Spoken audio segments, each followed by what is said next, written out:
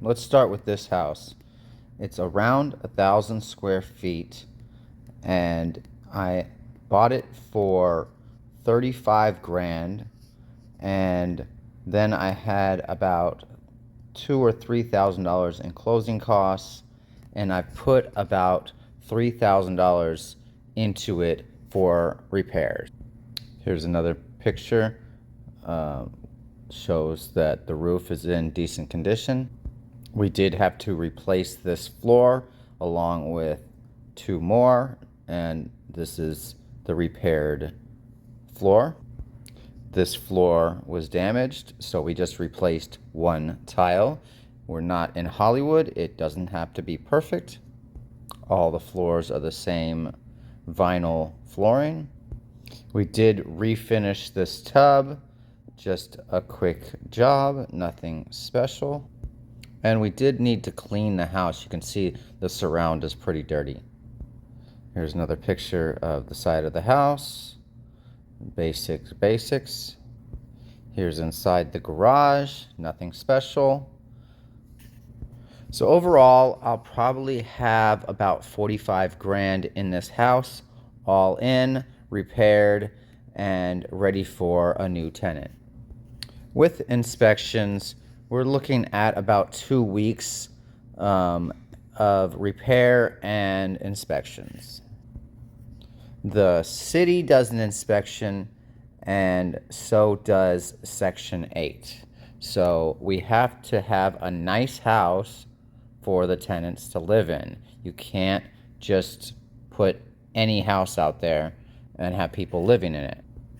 Some of the inspectors are very specific. They want, you never know what they're going to say, but some of them will just allow, a nice house. They do have a checklist. They want basic needs. They want everything to be clean. They want the grass to be mowed, no brush laying on the house, no peeling paint. They need to have working windows, and all of the functions of the house need to function as they should. This protects me as a landlord and the tenant also.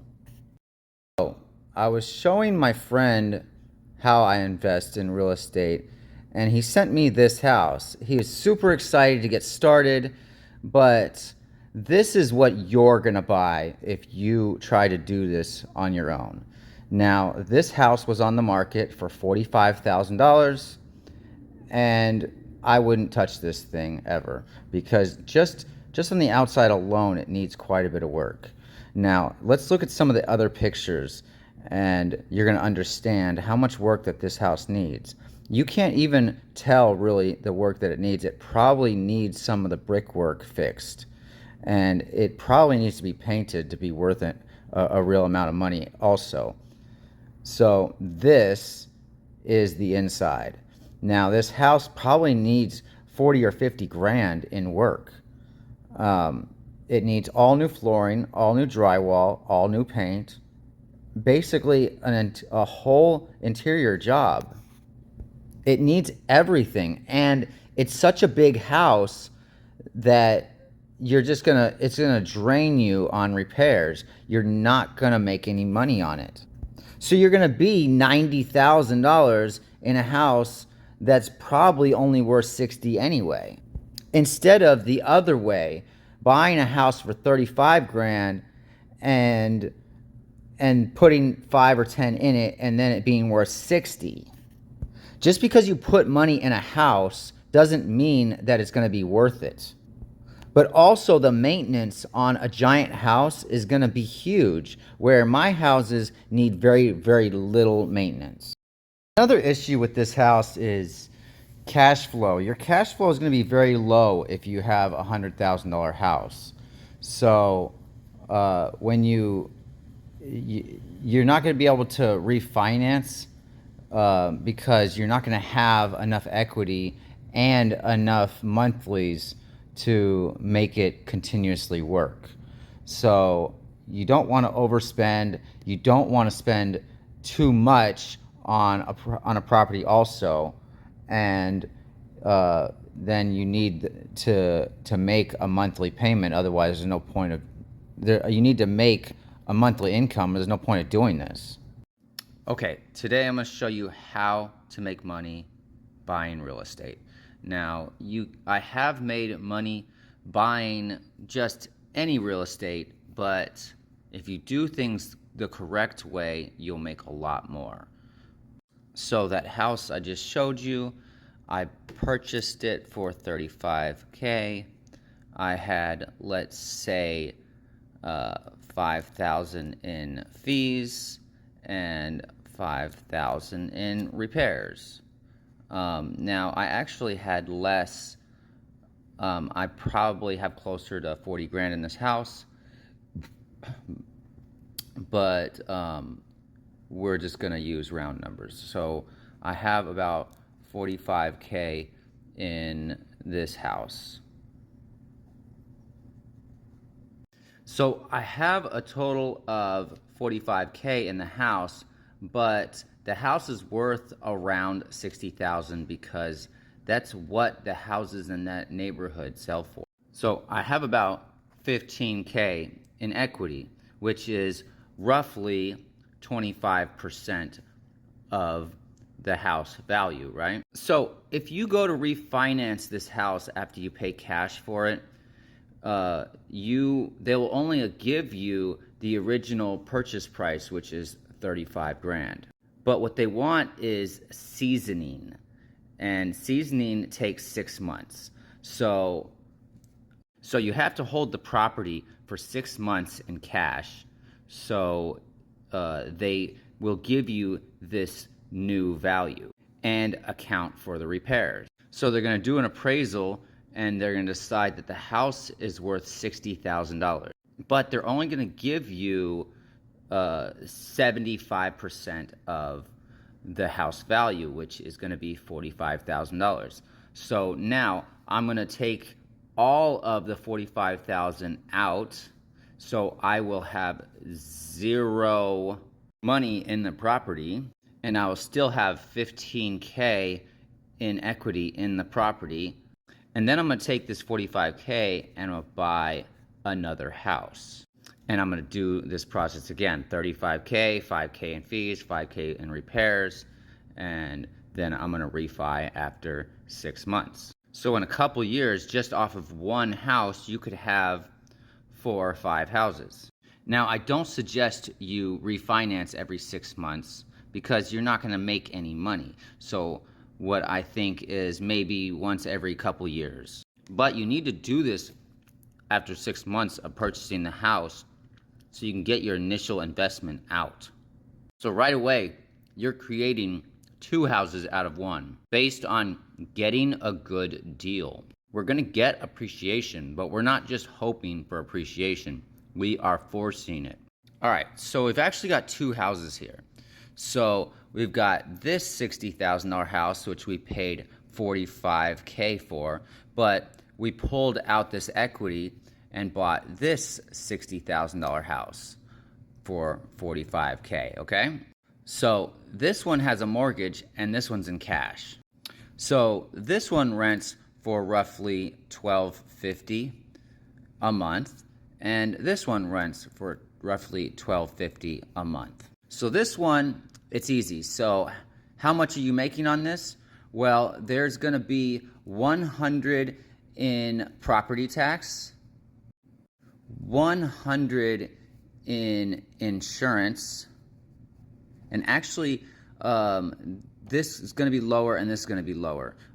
This is generally about $60 to $70 on these houses, and this one could be between $100 and $80. So I always account $100 for property management because somebody has to manage it, even if it's yourself. You need to pay yourself, okay? So now we got $300 in expenses, okay? So how much are we making on this property? We're gonna make roughly $950 a month. Okay, so I'm gonna use round numbers, and so remember, this is the same money, okay? So This one now is going to rent for $1,250, but you're going to still have these same expenses, but you're going to have a mortgage too. So we're going to say roughly $500 a month in debt service, including this stuff. Okay, so you're going to make roughly $750 a month.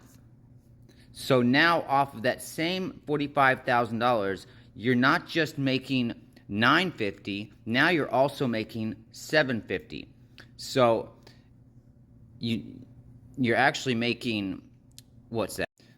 You're actually making $1,700 a month off the same money that just by having a mortgage on this property. So now you're going to take this property and you're going to do the same thing with it. You're going to cash out refinance, and after 6 months, and then you're going to buy another $60,000 house that you pay $45K for, that rents for $1,250 and has $500 a month in monthly expenses. Also, that you bought for $35,000, that you put $5,000 in fees and $5,000 in repairs. And this is how you scale to hundreds of houses. But you need to start with this initial house, and you need to start by paying cash for it. And the biggest key is you need to get a good deal. You can't buy a $35,000 house that's worth $35,000, because you won't be able to pull out all of the money. You'll only be able to pull out, let's say, 40 grand, and it's going to get smaller and smaller and smaller. But if you can pull out all of the money, it allows you to keep doing it over and over and over. All right, let's talk ROI, or return on investment. Now, if you take your money and you put it in a high yield savings account, you're going to get about 5%. Now, that's going to be guaranteed, but that's going to be dropping soon. So let's talk about what I'm getting on my $45,000 houses.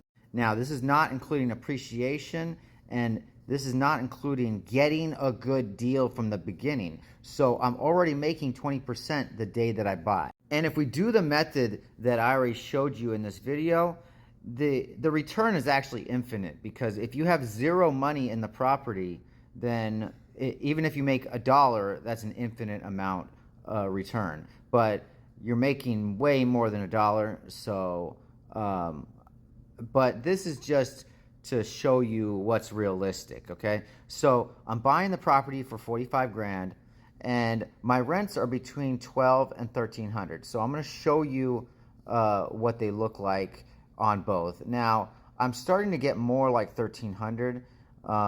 But 12 is what I already have some of my properties rented for. So let's start with the property tax is under $100 a month, and insurance is about $70 a month on these houses. Now, the insurance requires me to insure these properties for my $45,000 properties generally are insured for around $100,000 to $150,000, because that's what it would cost to replace them. So what happens if one of these properties burns down? I'm just going to sell the burnt down property the way it is, and I'm going to go buy 3 more properties.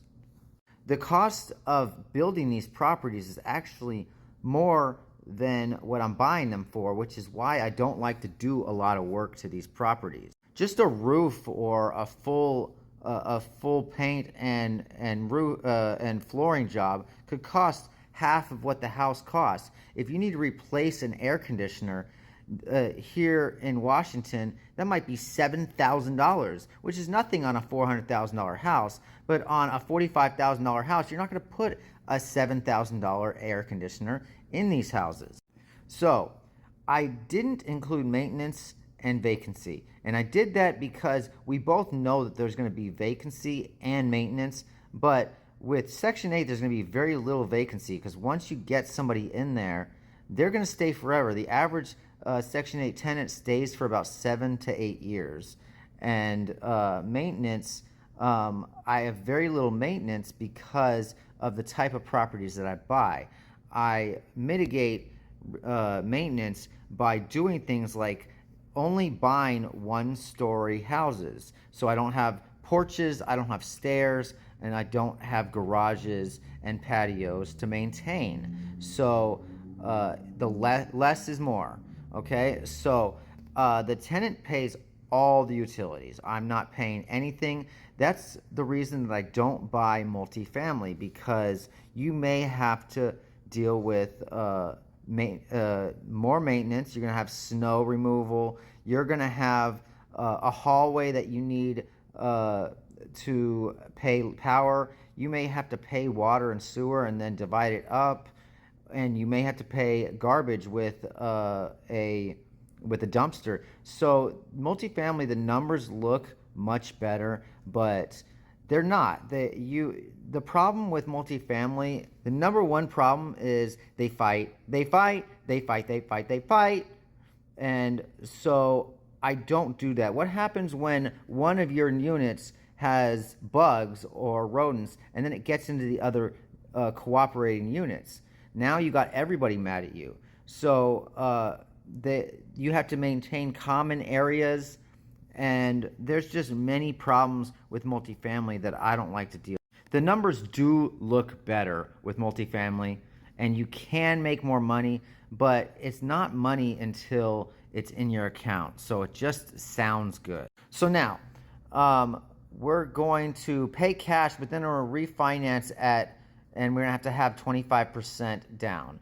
Then we're going to have an interest rate of about 7%, and these rates are getting better and better every day. And also, when you refinance a bunch of them at once, you're going to get a better rate. So we're going to do a 30-year loan, and there's going to be about $4,000 in interest and closing costs. So now, let's talk about ROI. So ROI here, this one is rented at $1,200. So this is return on investment. This is overall return, and this is cash on cash return. So this is based on the $45,000 purchase price, and so we're getting a 25% return overall. Now, based on the fact that we're only putting 11 grand into it, we're getting a 57% return on that money. So try doing that in the stock market. So that is at $1,200, but like I said, I'm getting more like $1,300 now. So we're at almost 30% cap rate, and we're at 65% cash on cash return. But again, if you're doing the method that I'm doing, you're going to be pulling that money out constantly. So you're going to be getting an infinite return. Talk about interest rates. So this is today's interest rate. And for those of you who don't know, this is the 10-year treasury, and this is where the mortgage interest rates follow. They don't, the interest rates that you hear from the Fed rate, where we're at 4.5 or 5 or something like that, that's not actually your rate. That's actually the rate for banks trading with other banks. So this is what the bond costs, yields. So you heard of stocks and bonds. This is what you get when you buy a bond. So you get 3.799% interest when you buy a bond, a 10-year bond. So the interest rate here is actually 6.799% because the banks have to make a margin of about 3%. So we are at about 6.8% on a mortgage, which is really good. We haven't been that low in many years, except for right here about the end of last year when it dipped. But the economy wasn't ready for it yet, so it went back up, you can see. So we've been as high as this 5%, which is actually 8%. So we're gonna start to come down, and this is the graph showing how far we've come. Now, if you're expecting 2% mortgages again, that's probably not going to happen, but we're going to come back to a 5%, 6% mortgage instead of this 7, 8, 9, 10%. It's been many years since it's been this low. All right, let's talk depreciation. Now, you hear that real estate is the best way to get tax benefits, but you don't actually know how it works. You just hear about it, but pretty much everybody that does this does it wrong. So we're only going to be talking about residential real estate. So we're going to be talking about 27 and a half years of depreciation. But that's actually the wrong way to do it, because your carpet, let's use this floor right here as an example. This floor is not going to last 27 and a half years. You can see some of the lips on this floor. It is not going to last 27 and a half years. Not roofs don't last that long.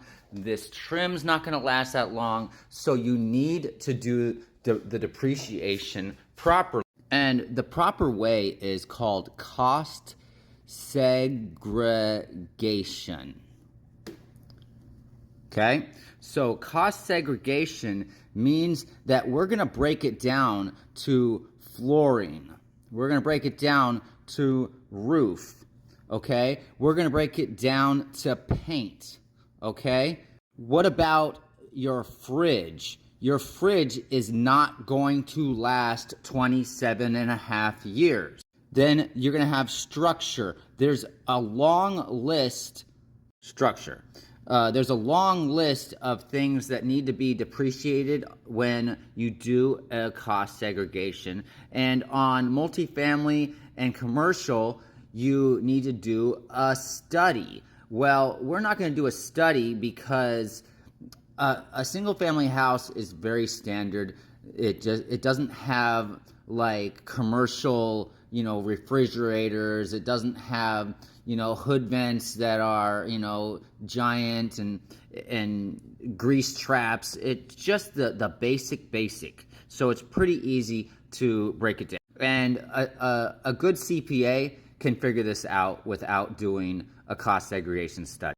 So let's say, so when you look it up online, a fridge, the depreciable time is only 5 years, not 27 and a half, 5 years. So after 5 years, you can keep that depreciation. You don't have to recoup it when you sell. But with this, if you do it the wrong way, you have to pay that money back. So you may be saving 10 grand a year in depreciation, but then you may have to give back 100 grand when you sell, which is going to be a big problem because now you're not ready to give them that money back if you haven't fixed the structure. This actually happened to one of my friends, that he bought a big building and he depreciated it $10,000 a year, and then he didn't keep up with the maintenance, and then when he sold it, he actually lost money because he owed so much in taxes. The flooring, 5 years. You don't need to depreciate it for 27 and a half. It's not going to last that long.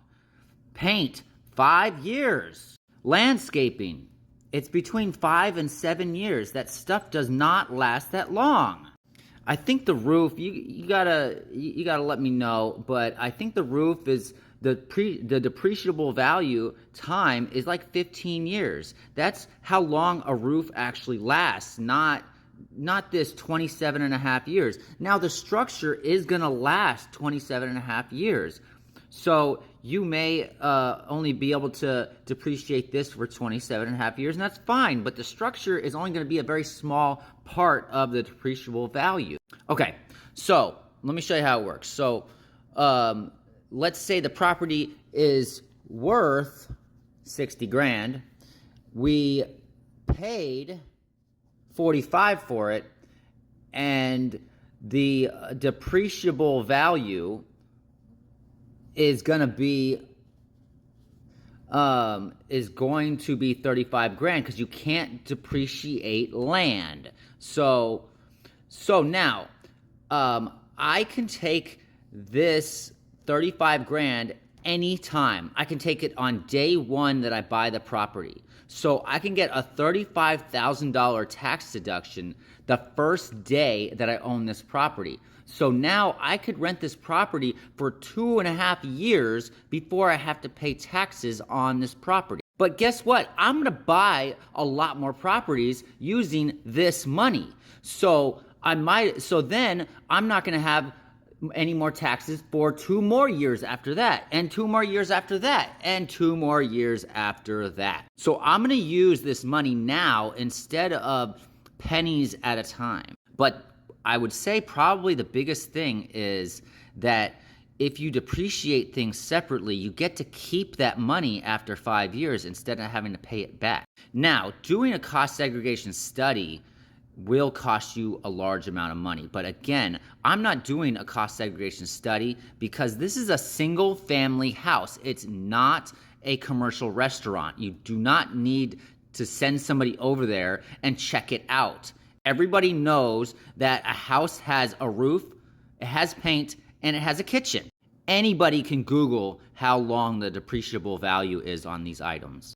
And of course, when I bought this property for 35 grand, and I put 10 into it, I'm going to get $10,000 in write-offs anyway. So I'm going to go 1.5 years without paying taxes anyway. So what you do is you just kick this can down the road for many, many, many years with a 1031 exchange and never pay this money back. All right, so the best thing about cost segregation is you can do it any time in this process of owning the house. You want to do it when you have the highest tax rate, okay? So let's say in 2022 you buy a property and you buy it for 45. Let's say the depreciable value is 35K, okay? So you can write off 35K. So let's say in 2023, you only have a 10% tax rate. Well, you don't want to use this because now you're only making 10%. So in 2024, though, you are going to have a 50% tax rate. Okay? So you're going to depreciate it as normal until you get to 2024, and you say, all right, well, now I want to do a cost segregation, and I'm going to write off 35K at once. And so you're going to be making 50% on this now. So you're going to be making in saved taxes, you're going to be making, what's that, 17.5K just in tax savings, because you picked the right time, when if you had did it here, you only would have saved $3,500. So let's talk about Section 8. What is Section 8 and why Section 8? So what is Section 8? Well, Section 8 is the federal government paying your mortgage. Section 8 pays every month on the 1st, direct deposit to my account. They don't negotiate, they pay fair market value, and they don't lose their job. This is a federal government program, and they pay even in pandemics, no matter what. And when a Section 8 tenant loses their job, Section 8 pays 100% of their rent. One of my tenants doesn't even have a job at all, and they pay 100% of the mortgage. Now, I have other tenants that pay half of the rent, and I have a tenant actually that pays $8.50 of the rent. Now, some of these people are disabled and can't ever work. So they're going to stay in this property for a very long time. and Section 8 is going to pay forever. Now, Section 8 will also give you about a 5 to 10% rent jump every year based on the cost of living going up. All you have to do is ask for it. It's funny how many houses that I deal with that their Section 8 tenants are paying way below market value because the landlord isn't even smart enough to ask for the money. So, in the areas I buy, the average income is $16,000 a year, not a month, not one tenant. It's the average. These are very low income areas. Now, you need to make sure that you're getting a good tenant. Somebody that does not have evictions, bankruptcy, and we want to make sure they have a good credit score. How do you get evicted when you are not paying any of the rent? Well, that's just how it works. Section 8 is filled with people with mental health problems and disabilities and drugs. And so you need to screen your tenants. You need to get good tenants. That's why you need to work with people that know what they're doing and not just pick anybody. So also, Section 8 pays more money, and that's because they want to incentivize you to work with the federal government. Why would you want to work with a federal agency if you weren't going to get more than the average rent? Section 8 pays me about $1,200 to $1,300 a month, where some of these houses may rent for $900 to $1,100 if you got a regular tenant. And regular tenants are going to be late. They're going to have excuses. They're going to lose their job. And that's why you need Section 8. Now, you need to work with people that know what they're doing, because the problem is when I first set up my Section 8, they only offered me $800 because my manager didn't know what she was doing, and she didn't even fill out the paperwork correctly. So she just thought it was the same as other tenants, and she just thought you get what you get. Well, that's not how it works. You get what the effort that you put in. And this is why you need to work with people that know what they're doing. Because in that same house, when I did the paperwork correctly, I got $1,200. Okay, I wanted to add a couple things to this video that people never account for. The first being lost opportunity cost. You making $500 on your rental instead of $10,000 a month is lost opportunity costs. So you're actually losing $9,000 a month instead of gaining $500. Now, even if you only have, let's say, 75% occupancy, so you're still losing $7,000 a month. Now, it's true, it does take time to fix and rent 10 properties, for example. But with Section 8, once you get them in there, they're going to want to stay. Unlike apartment buildings where everybody, their goal is to get into a single family house, nobody's goal is to live in an apartment for their whole life. So once these people get into a Section 8 house, they're not going to want to leave ever. And most of the time, they're going to take care of it much better than an apartment building. One of the biggest reasons that I see Section 8 tenants moving is, one, their landlord failed inspection, because Section 8 does do inspections along the way. Or they just got their voucher and the house that they're living in doesn't qualify for Section 8. Another reason is they want more bedrooms. Well, if you start with 3 bedrooms, then there's nowhere to go from there. What are they going to get, 8-bedroom house? It's not going to happen. Most people, if you give them a 3-bedroom house, they're going to stay there forever. Another problem that I've had is unexperienced property management. Now, I have property management at some of my houses, and it's a big company, and they run probably 1,000 units, if not more. But the problem is they're not investors, they are just feet and hands. So you got to be the investor, and they got to be the feet and hands. So they're just gonna, their job is to get it rented as fast as possible, not to necessarily pick the best tenant or to make the most money for you. My property manager, she knew how to get a tenant, she knew how to screen a tenant, but she didn't know how to screen a Section 8 tenant. She also didn't know how to fill out the Section 8 paperwork. So when she filled out the paperwork, she got bad results because she didn't know what she was doing.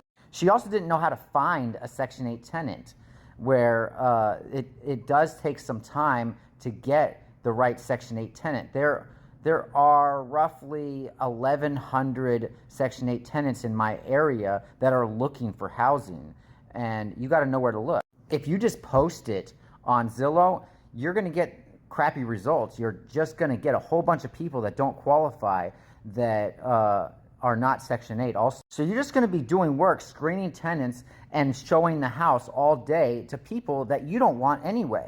People that aren't Section 8, but they're going to have bankruptcies, they're going to have evictions, and, you know, low credit scores. A lot of that stuff is mitigated by Section 8 because it's a lot easier if Section 8 is paying the rent, it's a lot easier to get the power bill out of the tenant than it is to get them to pay the rent. So another thing I haven't talked about is appreciation, because I'm not hoping and praying for my money. Cash flow is constant, and it's only going to go up because of inflation and the cost of living. Now, I believe that the water fills from the bottom. Everybody's sick of these $400,000 houses, and they can't afford them. So they're going to invest in these low areas that are cheap, and after a while, everybody's going to pile in, and they're not going to be cheap anymore. In the state that I buy in, the average house is $250,000, even though I buy $50,000 houses. The average price is $250,000 because that's what it costs to build a house today. Section 8 and low-income housing has become so hyped up now because of YouTube and TikTok.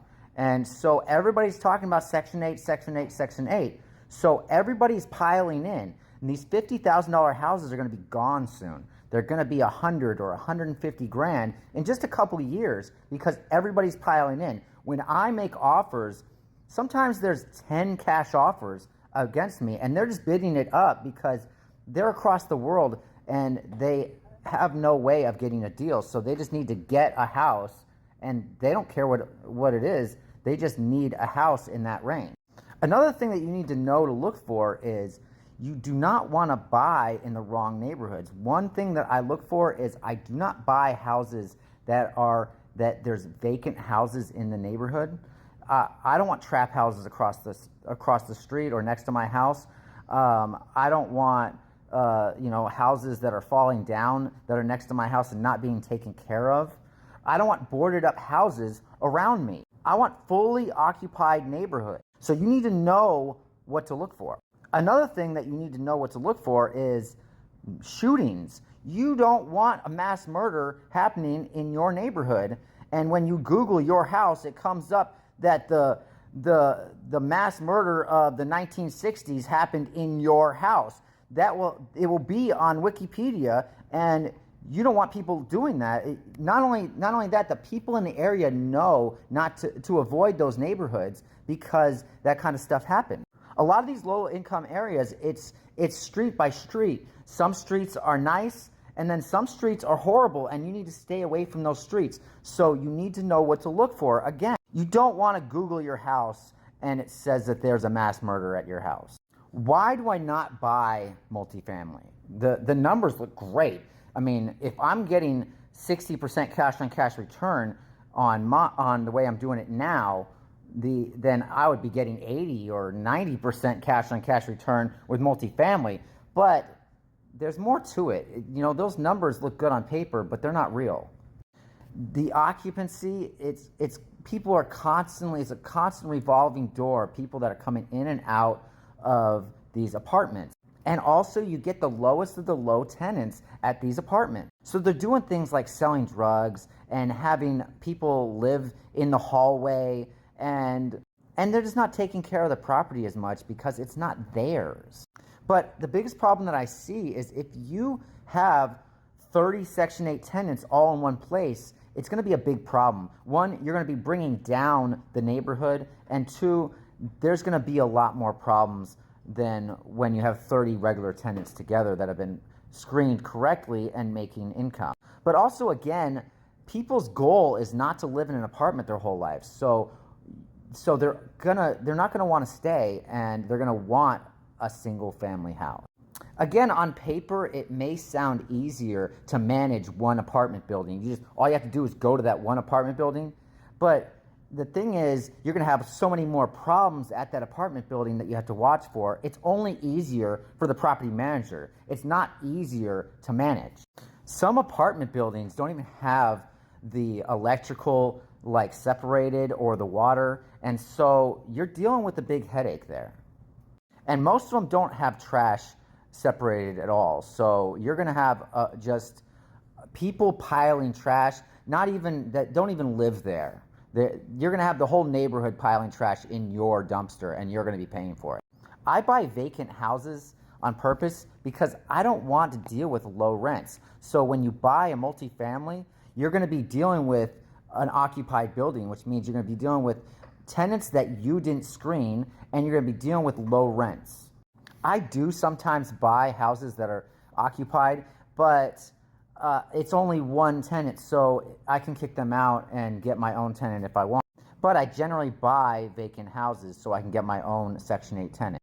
Let's talk about maintenance. My houses are a square box. Basically, all that needs to be done on them ever is outside paint and the roof. So you need a roof every 20 years and you need paint every 10.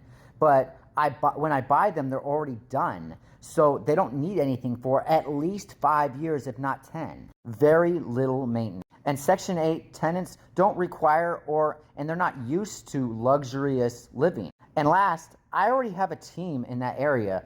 They know what to look for and they know how to fix it. And you're going to spend 6 months not getting rent while you're holding on to an empty house, trying to figure out the inspections of the city and the inspections of Section 8. But I have already spent the money and time to learn. And that's why you should work with me.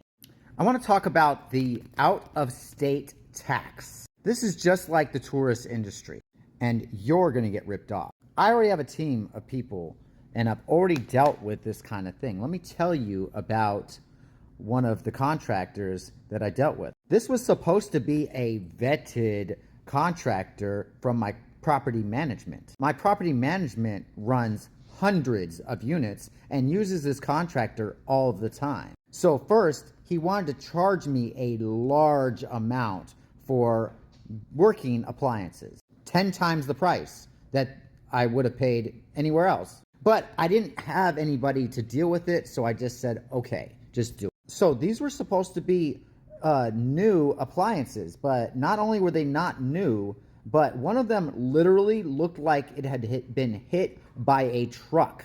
I'm telling you, if you punch this thing, it couldn't have been damaged that badly. It literally was hit by a truck. And the contractor took a picture of the inside of the fridge because it was clean to show that it was clean, but he didn't take a picture of the outside of the fridge because, again, it looked like it was hit by a truck. He also was supposed to replace the range hood, and he didn't. How did I know? I saw it, that it was still yellow. It worked, which is why, which is why he left it. But it was yellow. It was gross. It was supposed to be white. It was supposed to be new, and he didn't replace it at all. I had another contractor that did 75% of the job and then cut out on me. Ghost. Now, I didn't actually pay him for the whole job, so I don't know what his issue was because he wasn't making extra money. He wasn't stealing money from me. He just didn't want to do the rest of the job. And I still don't know why. He took apart the window in my house to get back in my house to steal his ladder out of my house because he ghosted me. You would think it would have been easier for him just to finish the job and takes his stuff. But this is how contractors work. So getting a team 3,000 miles from you can be tough.